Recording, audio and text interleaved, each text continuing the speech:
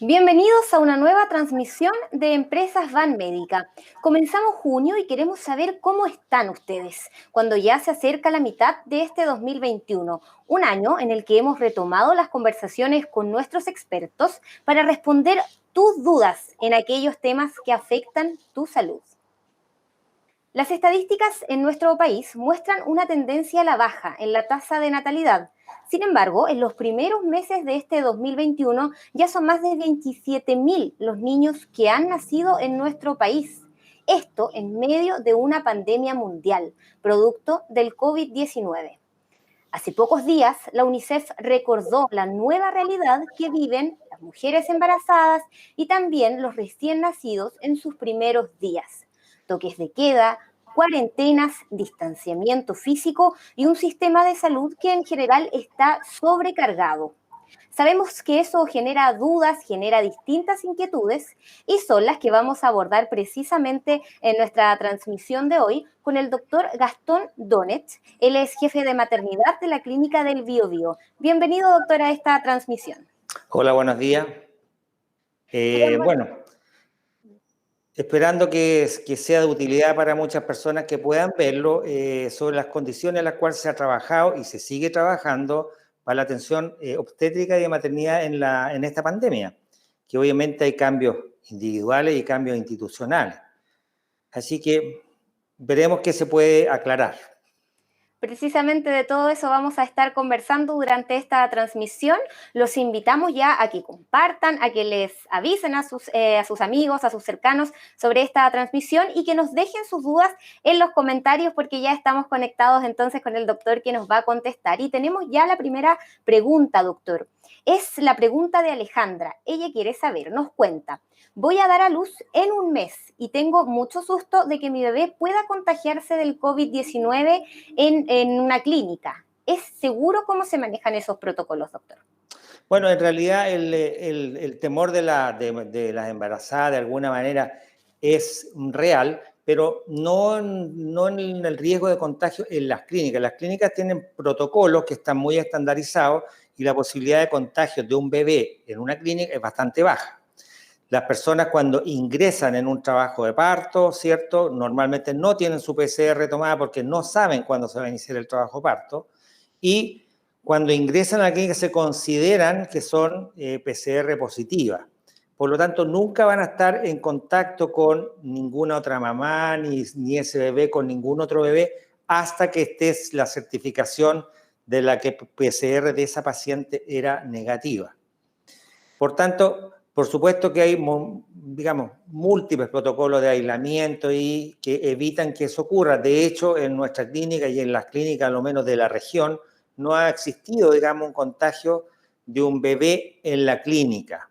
Y en general los contagios de los recién nacidos, incluso en sus ambientes familiares, también ha sido bajo porque la gente habitualmente toma bastantes precauciones en cuanto al número de visitas que reciben y todo.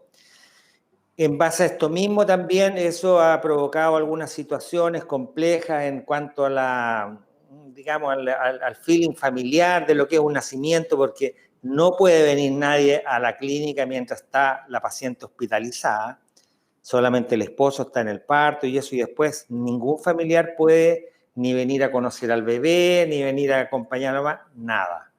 Eso permite que las condiciones de aislamiento sean las óptimas y evita efectivamente que pueda existir un riesgo de que un niño o la misma mamá también se contagie. Si la mamá no ha tenido su proceso de vacunación o no ha tenido la enfermedad previamente, hay muchas mamás que ya han estado infectadas con COVID, de forma natural, digamos.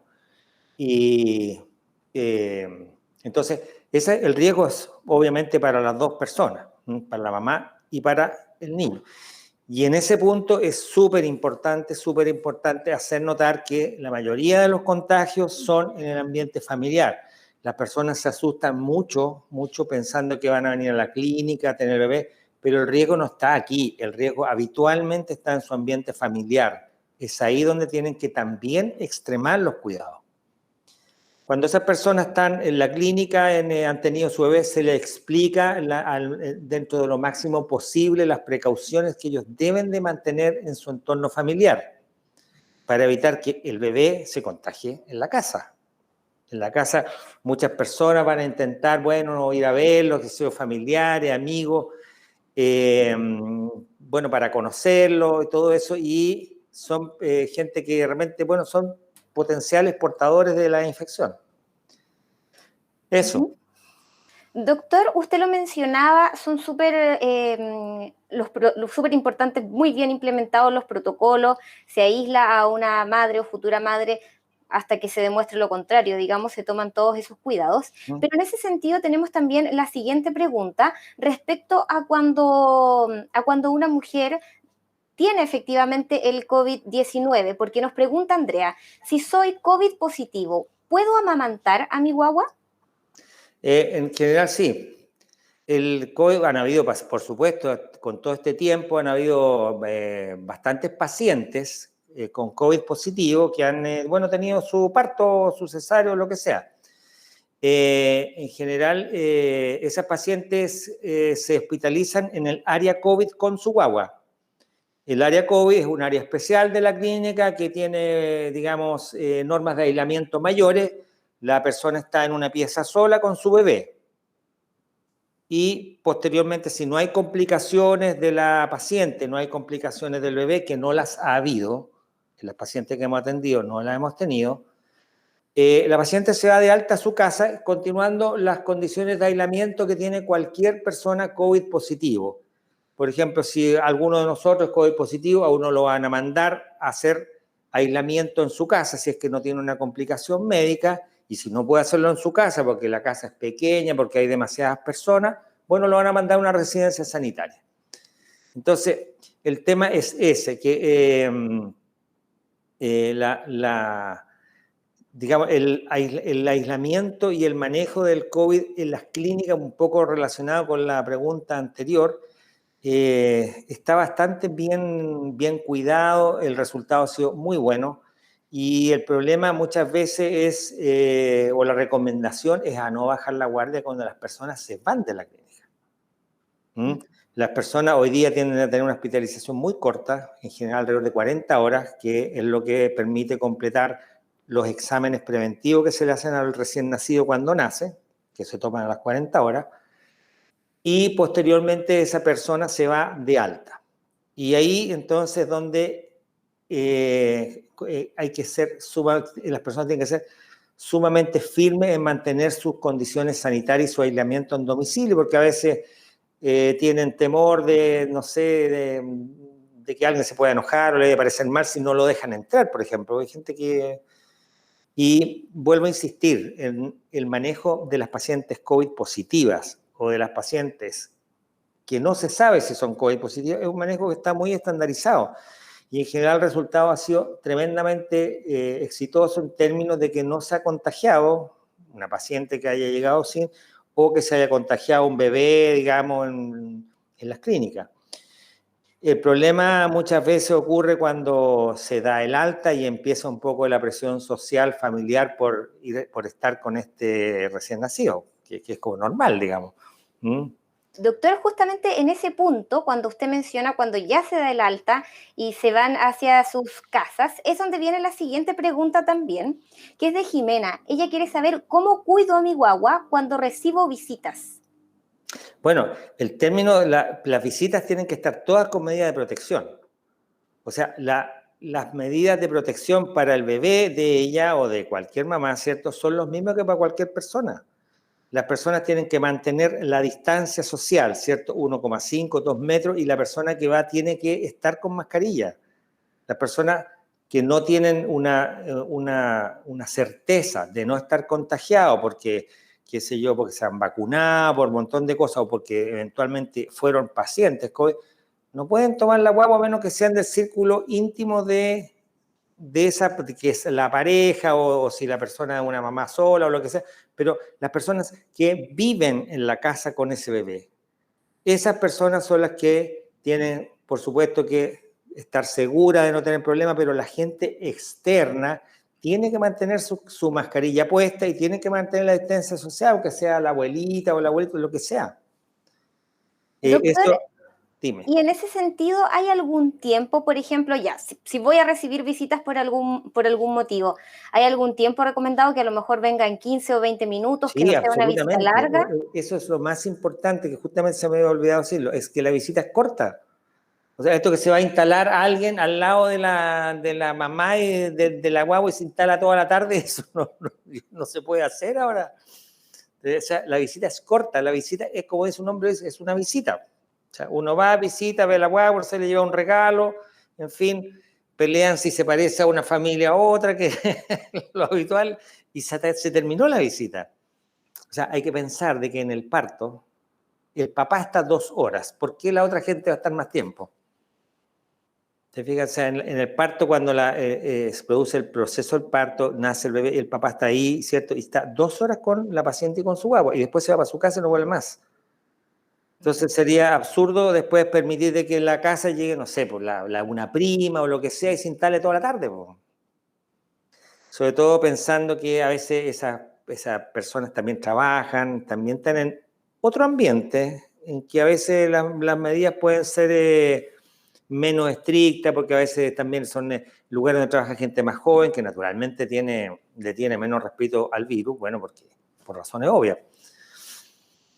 Entonces, Importante lo que mencionaba usted ahí de los tiempos de visita, de sí, los súper cuidados que hay que importante. tener, mantenemos la mascarilla, Sí, mantenemos la distancia si es que vamos a ver a un bebé en sus primeros días de vida, que sean visitas cortas, distintas recomendaciones que hacía también el doctor Gastón Donetz, jefe de maternidad de la Clínica del Bío Bío, porque estamos conversando precisamente sobre esto, sobre la maternidad, sobre los primeros días de los recién nacidos en medio de esta pandemia mundial, en medio de este COVID-19. Son cifras por las que tenemos que seguir trabajando y tenemos que seguir bajando los contagios, doctor. Tenemos también otra pregunta de Nicole.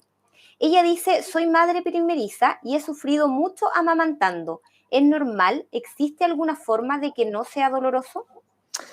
bueno, eso en general, digamos, la lactancia es un proceso que tiene dificultad y que requiere cierto grado de entrenamiento, cierto grado de condiciones naturales. O sea, es difícil sin ver a una paciente. Hay personas que pueden tener, digamos, condiciones especiales, mala formación del pezón o que el bebé no se acople bien. Para eso hay matronas que son especializadas en lactancia, ¿cierto? Que ayudan en forma práctica a que se produzca este acoplamiento entre el bebé y la mama. O sea, la verdad que en forma individual es súper difícil ver sin ver la paciente, digamos. ¿Mm? Pero globalmente la lactancia sí es un proceso que sobre todo al principio es difícil, evidentemente es difícil y requiere apoyo, requiere ojalá gente con experiencia, alguna persona que ya haya tenido hijos, que le enseñe también la parte práctica, como todo en la vida tiene una parte, como hacer una cazuela, pues, tiene una parte práctica. Entonces, por eso que hay clínicas de lactancia en que la gente, por ejemplo, aquí tiene la guagüita, después puede venir una clínica con la matrona recién nacido que le enseña algunos tips, algunos trucos, porque esto es así, po. Es un tema como de ciencia, que tiene muchos trucos. Entonces, en lo individual, ella tendría que consultar a su doctor y ver si puede solucionarlo de mejor manera. También puede haber un foco infeccioso que haga que el problema sea mucho más doloroso. Pero en general la lactancia globalmente al principio es difícil y requiere apoyo de los profesionales y apoyo de las personas cercanas que ya han sido mamás, que es súper importante, la experiencia vale oro, vale más que un libro.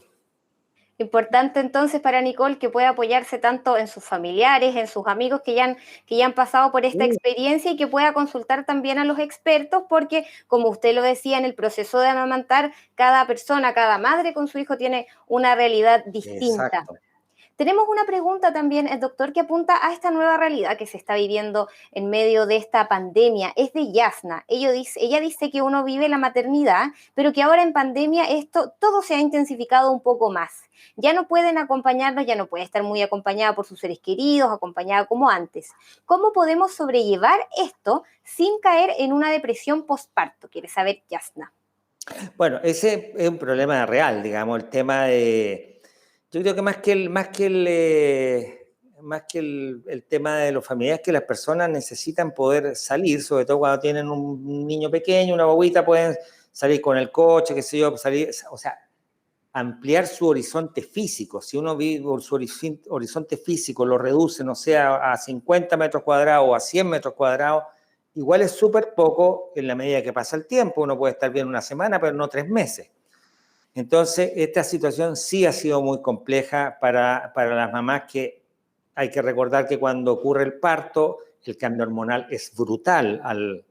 Cuando sale la placenta hay un cambio hormonal muy importante, que es lo que produce en gran parte esta tendencia a la depresión posparto. O sea, la depresión posparto tiene una causa, digamos, física, una causa hormonal. No es porque la gente tenga un tema psicológico, que sea, no. A la mayoría de las personas sí le ocurre. Y obviamente, bueno, ¿cómo lo manejan normalmente? Las personas haciendo una vida lo más normal posible, pudiendo salir, pudiendo a veces, por ejemplo, que alguien le vea al bebé 1 o 2 horas y ella poder salir sola, o sea, tomarse un café a donde sea, da lo mismo. ¿Mm? Bueno, eso es lo que hoy día está súper complicado. Entonces, hoy día en muchos casos se recurre al uso de algunos medicamentos para tratar de calmar un poco la ansiedad y esta tendencia a la depresión, que no hay que olvidar que la depresión postparto potencialmente es mortal. O sea, esto no es como que la señora está deprimida porque peleó con el pueblo, no. La depresión por parto puede conducir a la autoeliminación, puede conducir así, y casos hay muchos, lamentablemente muchos. Es de muy difícil tratamiento y por eso que es súper importante estar pendiente de las primeras señales, cuando la mamá pierde interés en cuidar a su hijo, por ejemplo, ya anda muy triste y en realidad ya no le interesa como que atenderlo. Ese es un signo importante de una depresión postparto que va a transformarse en algo realmente serio. Y a todo esto hormonal y a todo esto natural que ocurre, le sumamos todo este tema de la pandemia. La situación es realmente difícil. Entonces, las personas tienen que tratar de, bueno, ahora existen los medios electrónicos que le permiten estar en contacto con alguien, que sea a través del teléfono, el computador o lo que sea, y buscar también algo algún hobby, alguna cosa, no sé, cocinar, lo que sea, que le permita abstraerse mentalmente de la situación en la cual se encuentra, de estar con un bebé de la cual ella se siente responsable casi al 100%, y en un entorno en que ella anímicamente, como decía, por problemas hormonales, pero también ambientales, no está bien. Entonces, es difícil, es súper difícil. Y por otro lado, lo que conversábamos antiguamente, tampoco es tan bueno de que ella sea, digamos, apañada con amigos y familiares, porque esa gente la va a hacer correr un riesgo de contagio. Entonces, es una situación compleja y difícil y ahí naturalmente influye el sistema de salud, que la puede atender y la puede orientar de acuerdo a su condición personal, a si vive en un campo, si vive en un edificio, etc. Pero es complejo. Sí. Le mandamos mucha fuerza, mucho ánimo también a las mamás que están en gestación en este minuto, las que están en los primeros días también, luego de haber tenido ya a sus hijos. Recomendación para Yasna, usted lo decía, estar atento a las señales, estar atentos también a quienes nos ven, y si están en contacto con una madre, que estén atentos a si cambian los cuidados hacia el bebé, si cambian los estados de ánimo, importante estar atento. Y recomendación para Yasna también, tratar de mantener entonces las actividades cotidianas, tratar de mantener los hobbies, buscar alguna actividad que nos abstraiga un poco. Tenemos también una pregunta de Feña, doctor. Ella dice, tengo 29 semanas. ¿Es mejor comprarle una cuna colecho o que duerma con nosotros, que duerma con los padres en este caso? ¿Cómo abrigo al bebé? Bien práctica y la pregunta de Feña. Bueno, el ideal es comprar una cuna con lecho, pero no sé si se va a ocupar, po. Todos los que hemos sido padres sabemos que eso es una buena, digamos, una buena idea, pero no siempre realizable en la práctica. En general, cuando hay una pareja y un bebé, esa es una situación y un entorno absolutamente individual, y las recomendaciones la verdad que no valen mucho. Ellos van a tener que definir qué es lo que para ellos es mejor. Porque hay niños, por ejemplo, que duermen muy bien en la noche y otros que no duermen bien. Hay niños que comen en la noche, que toman 1 o 2 papas en la noche y otros que no. Entonces es muy variable. Cuando el niño o la niñita tiene mucha demanda, por ejemplo, de leche, de la mamá, o sea, va a terminar durmiendo con ellos. eso va a ser así, porque nadie se levanta a las 4 de la mañana en agosto lloviendo a darle pecho, mejor la mete adentro y le da pecho ahí acostadita. Entonces, es súper personal. Y lo que es muy importante es que cualquier solución está bien. No hay una solución que sea mejor que otra. La gente tiene que hacer su vida, no la vida del vecino ni de otra persona. Es su vida. Ellos tienen que ver cómo les queda más cómodo de acuerdo a cómo es su guagua. Hay guaguas, por ejemplo, que duermen toda la noche. No hay problema, los dejan metidos en la cuna, santo remedio. Al otro día a 6 de la mañana se despiertan. Y otras bebés que no, po. Entonces, en general, la solución y eso es parte de la magia de ser padre, ¿cierto? Es buscar las soluciones a los temas prácticos de acuerdo a la vida personal de uno. Y uno puede escuchar consejos, ¿cierto? Pero finalmente la decisión la tienen que tomar ellos, ¿cierto? ¿Y eso cuándo se va a tomar? Cuando tengan a su bebé en brazos, porque antes no van a poder saberlo. No van a poder saber si el bebé en realidad va a ser una guagua que va a llorar toda la noche, mejor tenerlo al lado, o va a ser un bebé tranquilito y que no va a hacer nada. Uno no sabe esas cosas hasta que la guagua no está afuera. Va a tener que esperar ahí unas semanas más entonces, Feña, hasta que nazca su bebé, ver Claro. cómo se va a analizar, cómo se va comportando y decidir entonces lo que va a pasar en el futuro. Recordamos a las personas que nos están viendo, que se unen a esta transmisión, que estamos con el doctor Jorge Donetz, él es jefe de maternidad de la Clínica del Biobío, y estamos precisamente hablando de esta maternidad, de las mujeres embarazadas y de los primeros días de los niños en medio de esta pandemia. Hemos dado algunas recomendaciones, lo decía el doctor, yo me quedo con eso, cada pareja entonces tiene su propia realidad, tiene sus distintas formas de enfrentarse a las situaciones y a la aventura de ser padres también. Tenemos otra pregunta, doctor, de Jorge. Ellos dicen, hoy en la mañana nos informaron que el PCR de mi esposa salió positivo. Nuestro bebé tiene 1 mes. ¿Qué cuidados deberíamos tomar? Bueno, en el fondo, la medida de aislamiento de ella tiene que ser la medida de aislamiento de cualquier persona. Y respecto al manejo de su bebé, ella tiene que continuar la lactancia y usar mascarilla. No es más que eso. Ella, como por ejemplo, si a cualquiera de nosotros uno sale PCR positivo y en su casa nadie más es PCR positivo, uno tiene que aislarse en una pieza, en un dormitorio, aparte, aparte del resto. Y bueno, ahí tiene que estar con el bebé, po. Y tiene que estar, digamos, bueno, todo lo que significa para atenderlo. Ahora, el riesgo del bebé de contagiarse, aunque se contagie, es bastante bajo. O sea, por supuesto, hay casos en que han tenido alguna complicación, pero no es lo habitual. El tema va siempre por el lado del adulto, digamos. Entonces, lo que ella tiene que hacer es manejarse como paciente COVID positivo y tiene que usar mascarilla cuando está con el bebé, bueno, y supone que no va a estar con nadie más, po. O sea, Doctor, y ahí porque la pregunta era de Jorge, ¿no hay riesgo? Porque me imagino que él también va a querer tomar a su hijo, tomar a su bebé. él tiene que hacerse la PCR y tiene que estar aislado. Claro. O sea, ahí tiene que, todas las personas que habitan, digamos, en ese lugar, donde ellos viven, todos tienen que tienen que seguir la norma del ministerio y todos van a ser controlados, absolutamente todos. Todos se van a considerar contactos estrechos, ¿cierto? Y van a tener su manejo dependiendo de los exámenes que les salgan. En eso no cambia mayormente. Al principio no se suspendía la lactancia, hay un montón de cosas que han ido cambiando. Muchas gracias, doctor. Lo mencionamos, perdón, yo me había equivocado, estamos con el doctor Gastón Donetz, de la Clínica del Biobío. Ahí es el doctor Gastón, discúlpeme por haberle cambiado el No nombre. importa, no hay problema. Tenemos una pregunta de Pía también. Dice, esta semana supe que estoy embarazada y mis amigas me contaban del control mensual. En este contexto, ¿siguen siendo controles mensuales? ¿Son menos controles? Bueno, el control es relativo, depende del embarazo también. En general, por ponerlo simple, sí, se hacen en general menos controles hasta las 30 semanas. Después de las 30 semanas siguen siendo los mismos controles de siempre, que son bastante más seguidos, digamos, porque obviamente los riesgos son bastante mayores. Pero hay gente que tiene situaciones especiales, han sido embarazos producto de una fertilización in vitro, o la persona tenía una anomalía en la implantación ovular, que indique que los controles deben de ser seguidos, más seguidos de lo habitual o a lo menos como lo habitual. Si una persona no tiene nada y está sana y tiene todo perfecto, entonces sí, efectivamente se ven cada 5, cada 6 semanas o cada 7 semanas. Dependiendo de la evolución del embarazo. Un embarazo común y corriente tiene sus controles específicos que son importantes, ¿cierto?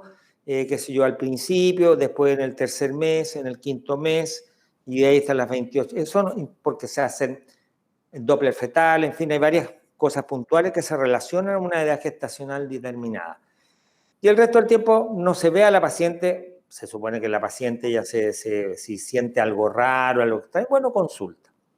Pero si ella está bien, efectivamente los controles son bastante menos frecuentes, a menos que el embarazo tenga algún problema también, porque hay gente a veces que tiene un embarazo que no es tan fácil de mantener y esa gente sí se va a controlar más seguido. Doctor, tenemos también otra pregunta relacionada a los controles y es de Carla. Ella dice, ¿cuáles serían las recomendaciones para asistir a los controles de mi hijo de 4 meses y evitar que él se contagie, considerando que no puede usar mascarilla por su edad? Bueno, el tema ahí depende, primero hay que pensar de que el lugar donde se va a ir a controlar es un lugar donde digamos, las condiciones de aislamiento y de separación entre los niños es la adecuada. Eso es súper importante. Hoy día en las consultas pediátricas, evidentemente no se ve la cantidad de gente que había en épocas normales, es muchísimo menos. Entonces, eso evidentemente depende de tomar una hora para llegar con su tiempo, de no tener problema de encontrarse con más niños. Normalmente uno ve que son 1 o 2 niños que están en la sala de espera. Entonces, es prácticamente el contacto nada. Y bueno, el pediatra tiene sus normas de protección también, ¿cierto? Los pediatras también atienden con mascarilla, etcétera. Y no hay el lavado de manos, que es súper importante, especialmente para el examen de los bebés. Pero en general, ese es un manejo que sí maneja, o sea, sí tiene que ver con el aislamiento y por eso mismo también a veces cuesta conseguir horas de control en las clínicas o en algún doctor determinado, porque la frecuencia es mucho menor. Hoy día no se ve la gente con la misma frecuencia. Se ven menos personas por hora que lo que se veían antes. Entonces, a veces la mamá necesita controlar el bebé y va a decir, pucha, no hay hora en ninguna parte. Y es por eso, no es porque los niños estén más enfermos, es porque se ven menos niños en un periodo de tiempo determinado para que no se junten en las salas de espera donde podrían contagiarse. Entonces, es muy seguro hacer los controles del bebé, muy seguro. El problema es tener organización para conseguir pedir las horas, hacer las cosas a tiempo, con bastante antelación. Porque se ven hoy día en una mañana que, por decir, antes se veían que si 30 niños, ahora se ven 10. Entonces, cuesta conseguir un espacio. ¿Es seguro entonces? Transmitimos esa tranquilidad a Carla. Seguramente seguro, sí. Y tenemos también una pregunta de Jocelyn. Ella dice, tengo 17 semanas con fecha probable de parto el 10 de noviembre. En caso de mantener los protocolos de la pandemia, o sea, si seguimos con los mismos protocolos que probablemente van a estar de aquí al 10 de noviembre, ¿qué pasa con el parto y la presencia del padre? ¿Es posible que me acompañe por el periodo de hospitalización? Bueno, la norma actualmente es que el padre sí está en el parto. O sea, está, digamos, en un trabajo, por ejemplo, llega la persona X a una hora determinada con contracciones, todo ese tiempo está con el esposo o con su pareja o lo que sea, ¿cierto? Está todo ese tiempo, el parto ocurre y la persona está 2 horas con la mamá para que haga apego el padre con el bebé. Y de ahí ya no entra más a la clínica. ¿Ah? Ahí ya no entra más y normalmente la mamá lo que habitualmente ocurre es que cumple las 40 horas, como comentábamos, y se va de alta. Ahora, puede que para noviembre ese acompañamiento que se hacía antes en que el papá se pueda quedar, digamos, en la clínica con la mamá que tuvo el bebé, ¿cierto? A lo mejor puede que haya cambiado, falta bastante. Y esto debería estar bastante más controlado en 1 o 2 meses, porque la cantidad de personas que se han vacunado también es importante y finalmente esos números sí empiezan a pesar. Entonces, a lo mejor para noviembre ella va a tener bastante más libertades de las que hay ahora. Eso. Esperamos entonces que hacia noviembre se dé una condición más favorable de la que tenemos hoy día y que Jocelyn también pueda estar acompañada una vez que tenga a su hijo. Doctor, queremos darle muchísimas gracias por su tiempo, por haber contestado las preguntas que nos dejaron durante esta transmisión. Muy importante ahí, doctor. Le agradecemos nuevamente que haya estado con nosotros. Si tiene alguna recomendación o algunas palabras al cierre para quienes están conectados ya a esta transmisión. No, nada, agradecer también y esperando que algunos consejos hayan sido útiles. Y una cosa muy simple que se me quedó en el tintero, que es cuando las personas tienen un bebé en su casa o antes de entrar al dormitorio del bebé o antes de entrar a la casa, tenga un dispositivo de alcohol gel, por si alguien va. Esa es la cosa más simple, de limpiarse las manos, que no me recuerdo haberlo dicho, por eso se me había quedado eso. Eso, muchas gracias.